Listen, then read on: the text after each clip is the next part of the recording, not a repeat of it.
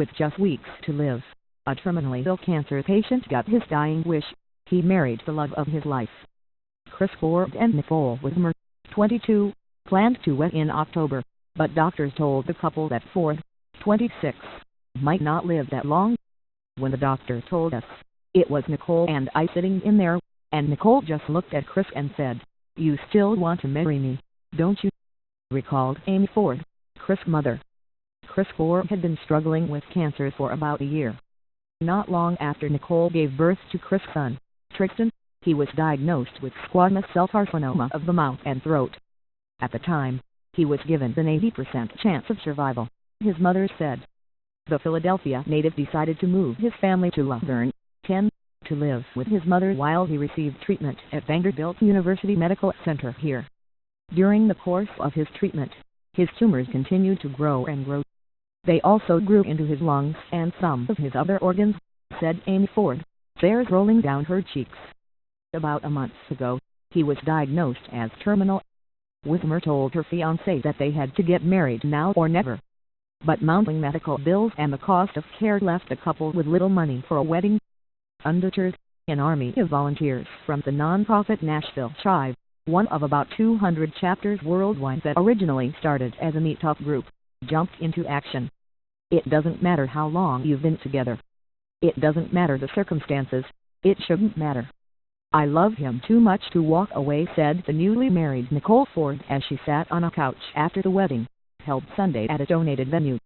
Chris Ford's mother and his fiancé juggled wedding plans with hospice visits and doctor appointments for Chris. It's been a fast thing. We had to make it happen, Amy Ford said. That's what she wanted. That's what he wanted. Everything fell into place quickly.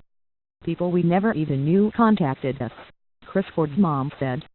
We had DJs, photographers, videographers, people offering to cook, florists, our cakes. The guy who owns City Liquors in Luverne called and said, "What do you need?" Family members came down from Philadelphia for the wedding.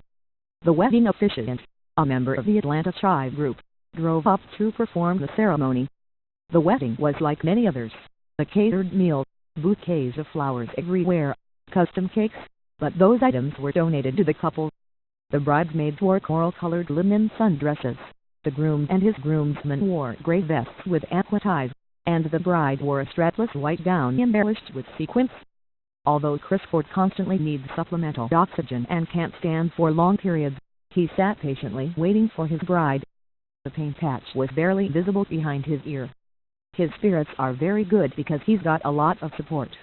His heart is like the rock. I've never seen anybody as strong as he's been, and his will to live.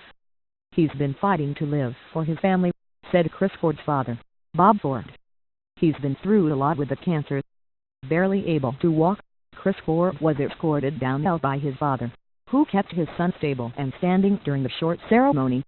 When Francine and Richard Whitmer escorted their daughter to the altar, Chris Ford finally broke into a giant smile.